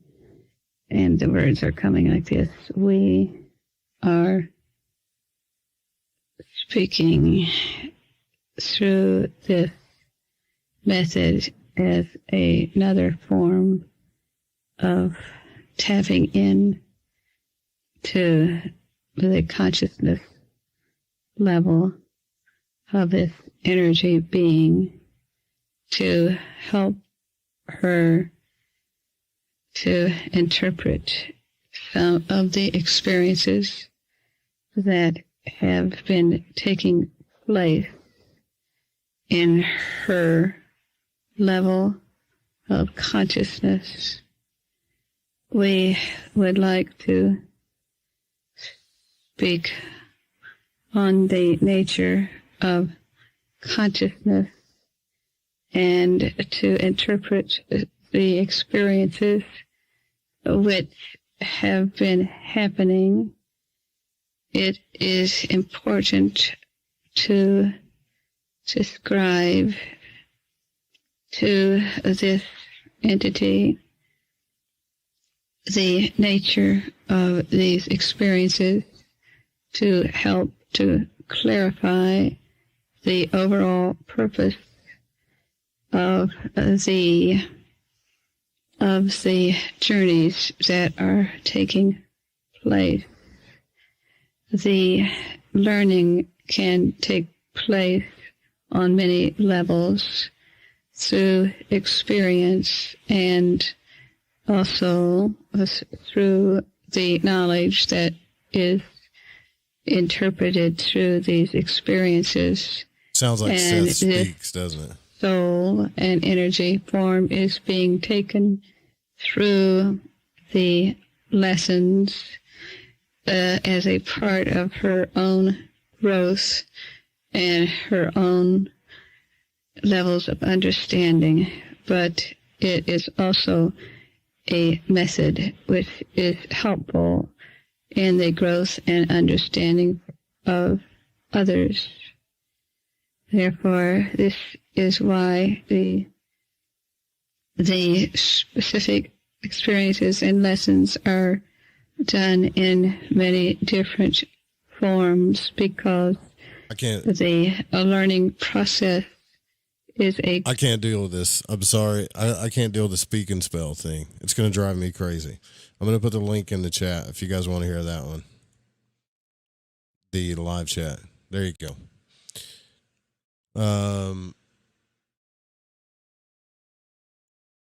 Let's see. Here is another Explorer tape taken from the research files of the Monroe Institute of Applied Sciences. This particular episode is quite recent, and we are presenting it now at the urgent request of those who have heard it here at the Institute. All right, so this is going to trip some of you guys out. I figure we'll play this towards the end of the show, but you know how, and we've done this before, but I'll do it again. So, do you know how they talk about, all of the astral travelers talk about that people get stuck in between realms? This is kind of creepy, but it's cool. So this is like an example of someone assisting someone that's stuck after they died, right? It's kind of creepy, but at the same time, you know, it's kind of cool too. And I don't know if we have enough time to go through it all, but I'll try to. It represents a first-time event for us and caught us quite by surprise. It took place during a visit with one of the non-physical friends of our OMC. Without further comment, here's what took place. We work with the energies surrounding the earth, the energies in the air.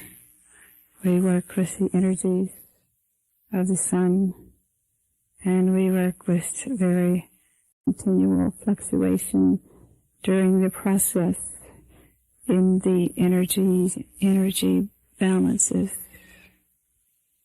Now we are speaking specifically of the energy level of this physical body, of this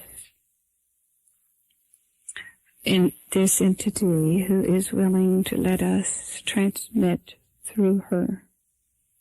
Her physical level is in an inverted process at this time, and it is a very good level for her cleansing as she is working in the inner healing that is very important on the earth level.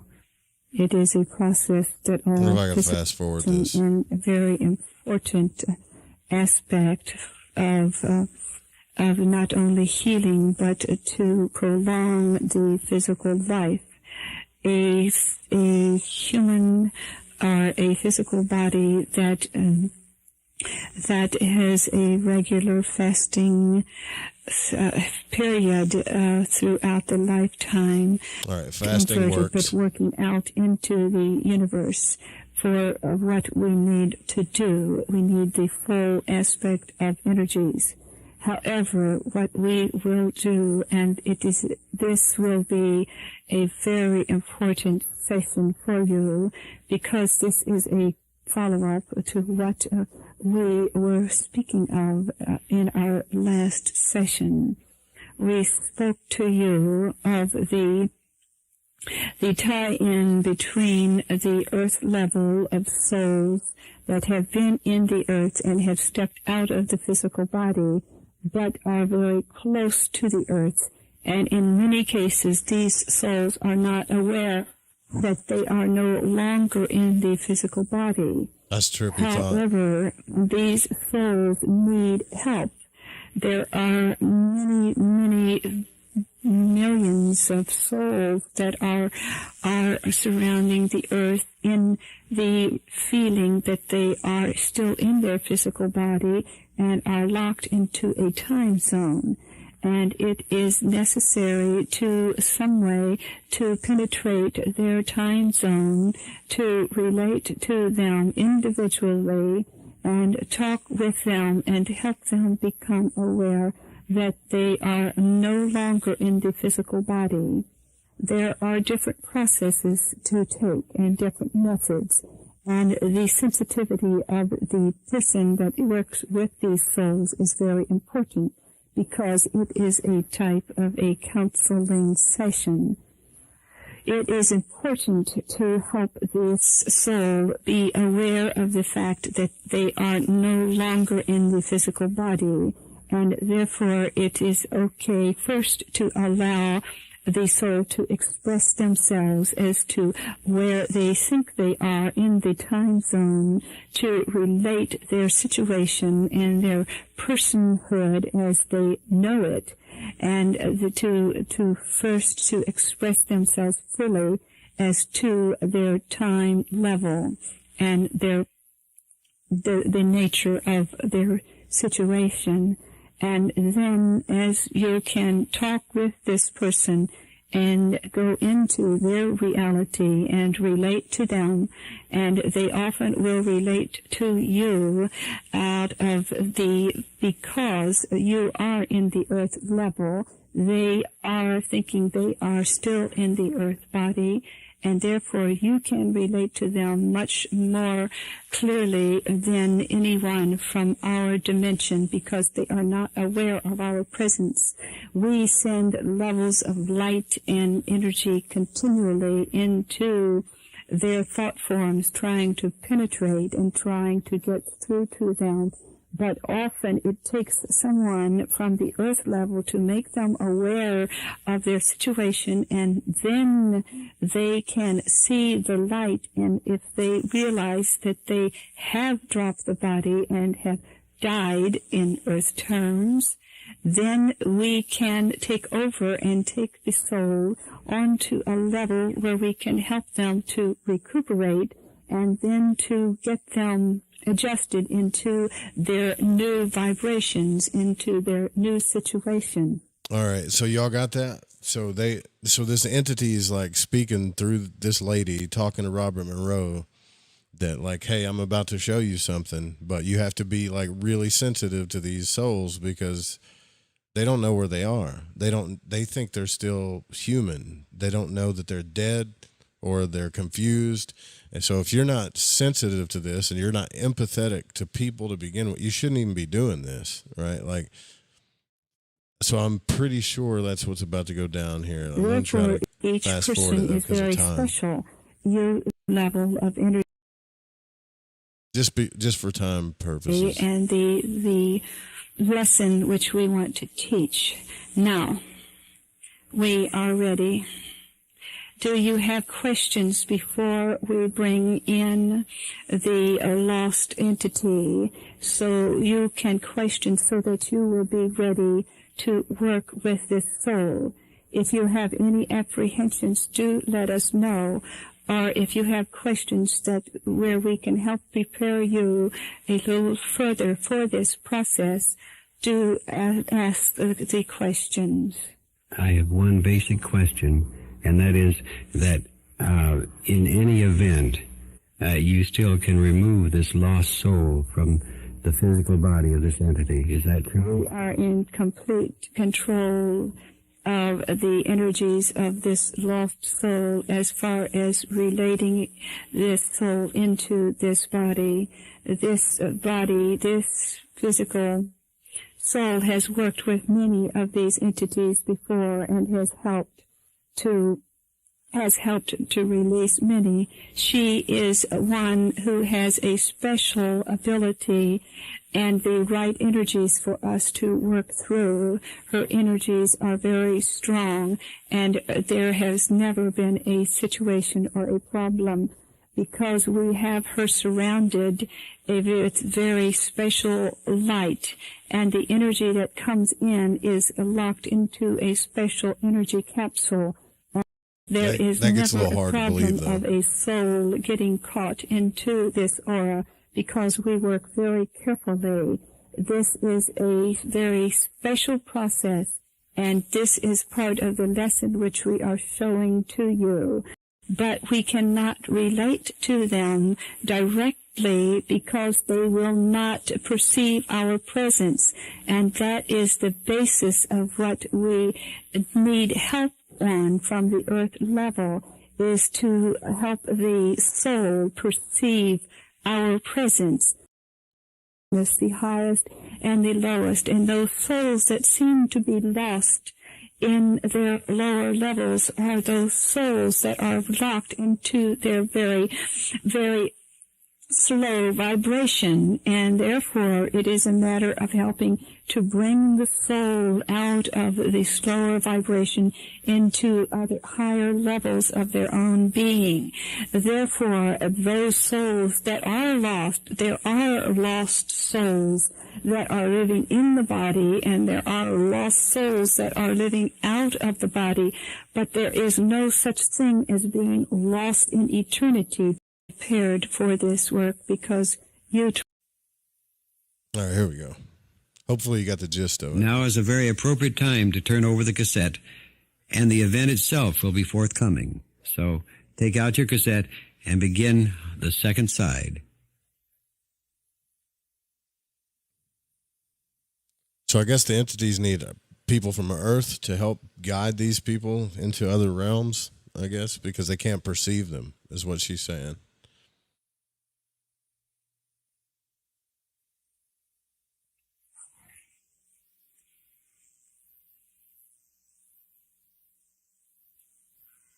So cold. Oh, it's so cold out in this water. Oh, my God. Oh, God, if you can send someone. Oh, it's so cold. It just seems like I'm floating out here. Oh, for so many days.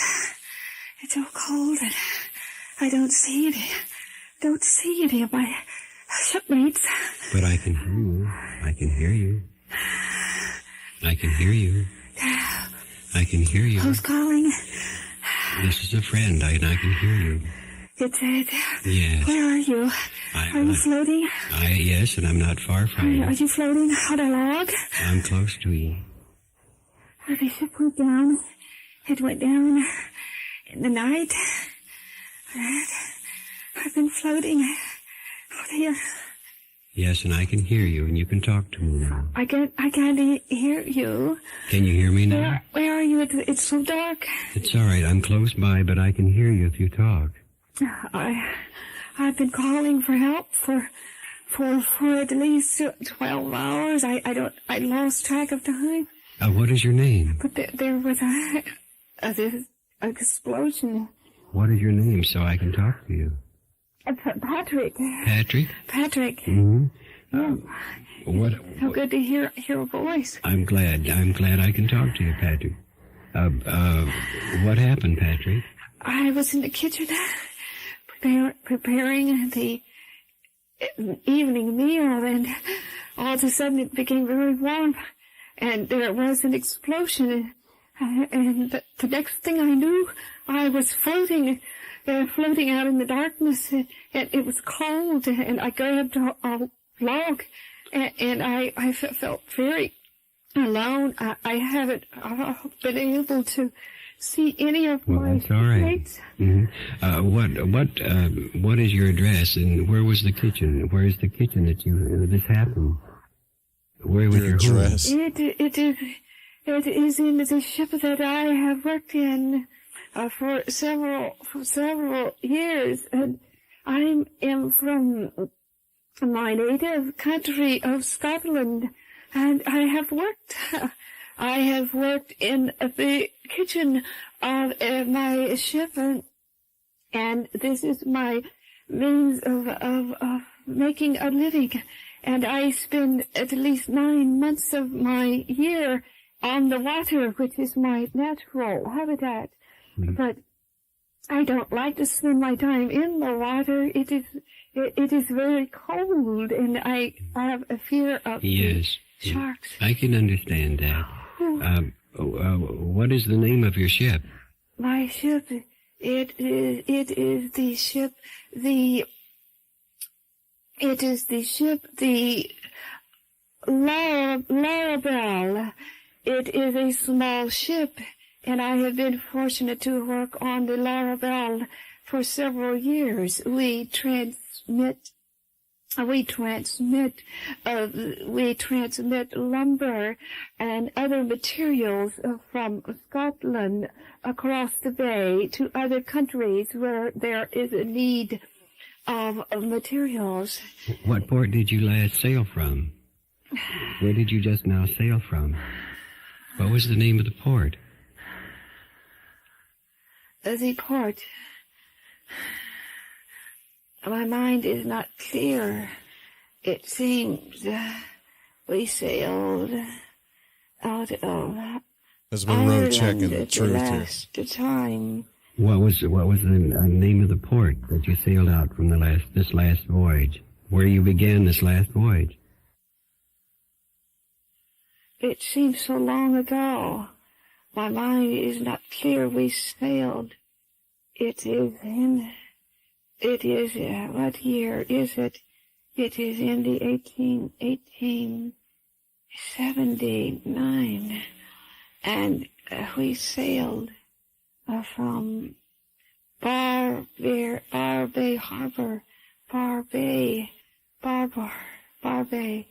in Scotland.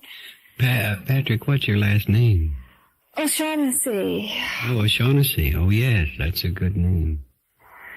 Friend, who are you? Where are you? My name is Robert, and I am Scotch also. Robert, I have been calling for help. How did you hear my call? It was not hard. It was not hard.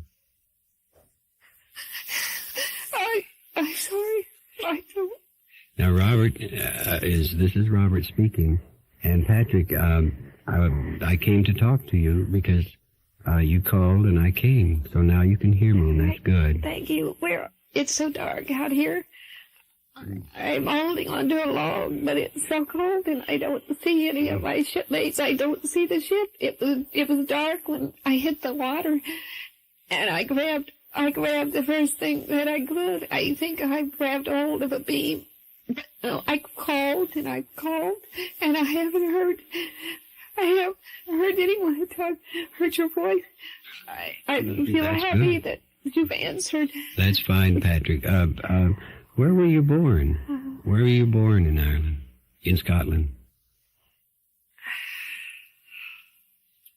Where was I born? Mm-hmm. It's like a 911 call. It's like, just help me. I was born in a small village of Oban. Very small village. What was your birth date? I was born in 1821. What part of Scotland was this little small? It is in the northern part of Scotland. In the northern part, mm-hmm. I was born in the water. Yes, I just have been a sailor all my life, but I don't like to stay in the water this long. I must have been here overnight at least 12 hours, and it's so cold.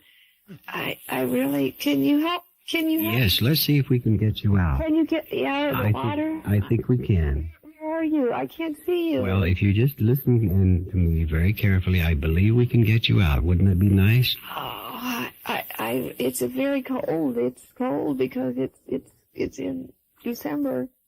Man, first of all, if you on a boat, can I reach for you? You can reach and come to where I am and come to my friends.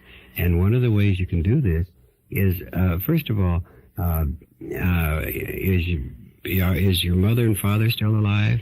Oh, no, my mother, my father, they died of a flu when I was yet a young lad. It was quite sad because we were such a close family. I have 4 brothers and sisters, and we were all quite young. And to lose our parents was so tragic. To see my parents again. I have called for their help, but I have not heard. Well, look around. Lost. I think that if you look up above you somewhere, and look and remember how they looked, and look for them, and look above you somewhere, and I think you may see either your mother or your father, and you may hear their voice. Listen very carefully, and look up over you somewhere. I could just barely have my head out of the water. If I could just see them.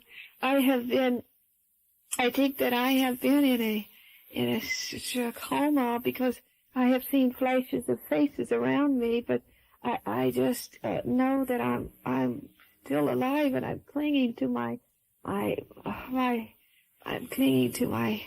log. Well, one of the things you have to consider now, and then this is what I am here to help you do, help you find your mother and your father, because you are like them now. You are like them now. I am like them? Yeah, you are like them. You have graduated. You have grown, and you're ready to move into another place. By golly, you mean that I am not? I am. You no longer need to be swimming in the water anymore. You can go much beyond that now. By golly, you I don't need to hold on to the log. No, let go of the log. I'll let go of the log. Let go of the log and see what happens. I just feel relaxed. I must have. Are you saying that when the boat exploded that I died? Yes, and it's not so bad. It's quite good, as a matter of fact. Well, I'm still alive. But you naturally are still alive. You do not die when your physical body dies. I know. And so you are free now to do many, many, many things that you never could do before. I feel so light. I've been clinging to my log and to my life, my boat, my ship. I just have been clinging because that was all I ever had in my lifetime. My boat, my family, I can let go. And now you can let go because you're free. I'm free. You're free. I feel like I'm floating above the water. You can do that. You're lighter. You're free, beautifully, wonderfully free. I see a hand. Who is reaching for me? Just let this freedom come to you. Reaching for me. Oh, by golly. Who is reaching? Someone is reaching their hand out to me. And there will be a light growing for you, and you'll be able to see in a new way. Lighter. The darkness has lifted. I have released the ship. I have released. I feel like I'm floating. I'm floating above the water. I can see. I said my mother. Yes. It is my mother. Yes. And you can move on now.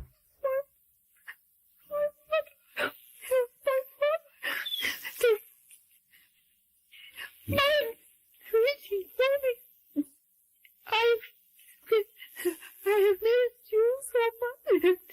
Oh, I'm so happy. And you can go with them now. You're free. Oh, you're free to go with them. For crying, but I feel so happy. I don't know who you are, but you help. I am a friend. And Thank you. And you're free, Patrick. You are very free. Thank you. They're taking me. They're telling me I can go to down to place that is quite beautiful. It was so good to get out of the water and out of the darkness. Thank you. There are many friends waiting for you. Go on and away. You're free. You're free. Thank you. Goodbye. Thank you. And goodbye. You're free.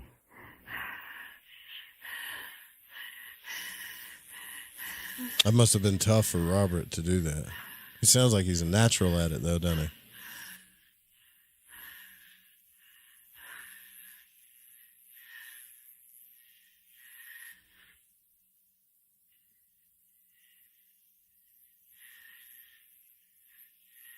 Real time, 1 hour plus.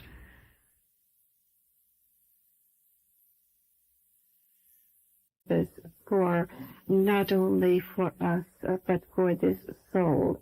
And now the soul has transmitted into a new level of energy and will be able to continue on from there. This is what we have tried to describe as thought forms and fear forms where souls can get locked in. However, we do not want souls that are alive in the earth body to be afraid that they will be locked into these levels for many years of earth time, because that fear in itself can create a fear around them. We want earth beings that are in the earth body to become aware of what can happen, so that they will know immediately upon the process of death. They will feel the change in their physical levels. It is the emotional process that does not change and is locked into the physical level. Immediately upon transformation, the physical body is in a completely different state. The energies change, because once the physical has dropped, there is a much the level is much lighter, as you understand. All right, so we got to roll out of here because it's almost like 15 past the hour. I just wanted you guys to hear that. So there's apparently the entities told this lady that told Robert Monroe that's like, we want to help these people. Like, there's so many of these people stuck in between realms, right? Like, they're just stuck there, and we want to help them, but they cannot perceive us. So we need astral travelers. They need us, people like us that can get out of body and consciously travel to help them kind of move on or something, you know, which sounds like a flaw in the system, doesn't it? In a sense, but we might be so energetically powerful enough that we do this to ourselves. I don't know. Like, our consciousness could do this to ourselves. Like, if we're not at a certain level of awareness and then we die, we could get stuck. Or, you know, if you listen to the books, there's all kinds of stuff Robert himself, when he's out of body, like, runs into stuff like this. But I left a link in the live chat. I'll also put it in the YouTube chat. But if you guys can help me go through this stuff, you know, obviously, you know, we always ask for your support too. Like, we really need that. But this research is important to me and the show. So if you can go through some of the stuff, I'll leave a link there to it. Maybe like Domek texted me and said, well, I drive on the road. I want to listen to some of this stuff. Now, obviously, like, some of it you have to believe that the person's telling the truth. And I don't know. That was pretty intense. Even if that was acting, that was like extremely intense, right? Like, for me. I don't know about you, but it was for me. But no melding, right? Haven't found that. That's what I'm looking for. But I figured I'd let you guys listen to that too before we roll out of here, so you could see how real or intense some of the stuff gets. Conscious exploration, fascinating stuff, man. Wow. And that's not the first time I've heard it. That's like the third or fourth time I've heard that, and it gets to me like every single time I hear it. Anyways, Support the show if you can. We'll be back tomorrow night, I believe. And yeah, good night, y'all. Sweet dreams. Night night. Love you.